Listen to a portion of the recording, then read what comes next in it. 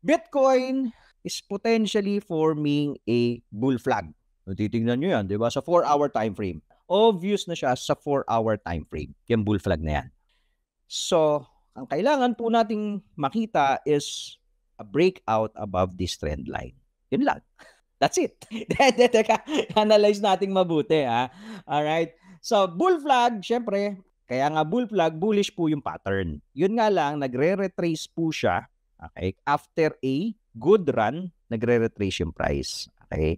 Ina-absorb niya yung mga gustong bumaba, sige, baba na muna, take some profit. Tapos yung mga sell, yung mga gustong sumakay, sige, sakay muna. So, if we're going to break this trend line, malayo-layo target nito kung ako tatanungin ninyo. Target itong bull flag kung tutuloy ito. So yung measured move po would probably be, baka malula kayo, 134. Yeah, 134. Yung measured move, ha. Kung magbe-break siya to the upside. Ngayon, nasaan yung mga, hanggang saan yung potential correction po nito? So tignan natin using yung retracement tool na Fibonacci. Pwede natin tong rally na yan, papunta po dun sa high na to, from this swing low to this swing high. Ito po yung mga potential areas of retracement. Itong tatlo na to.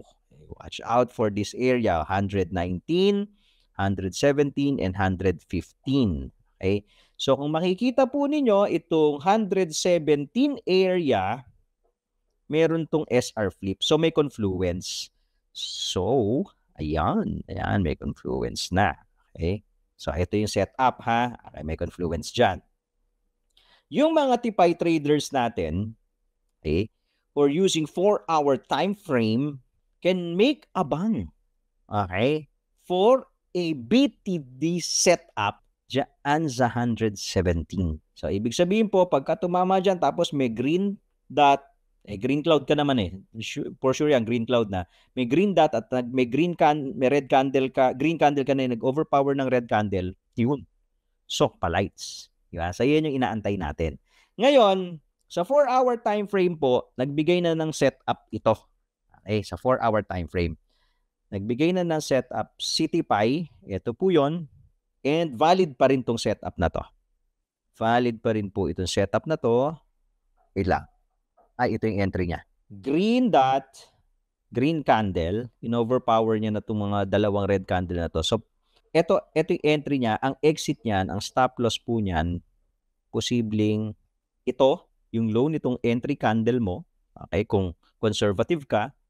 Kung ikaw naman ay medyo medium risk, pwedeng yung swing low, itong recent swing low, pwedeng dyan ka maglagay ng stop loss, a little lower than that.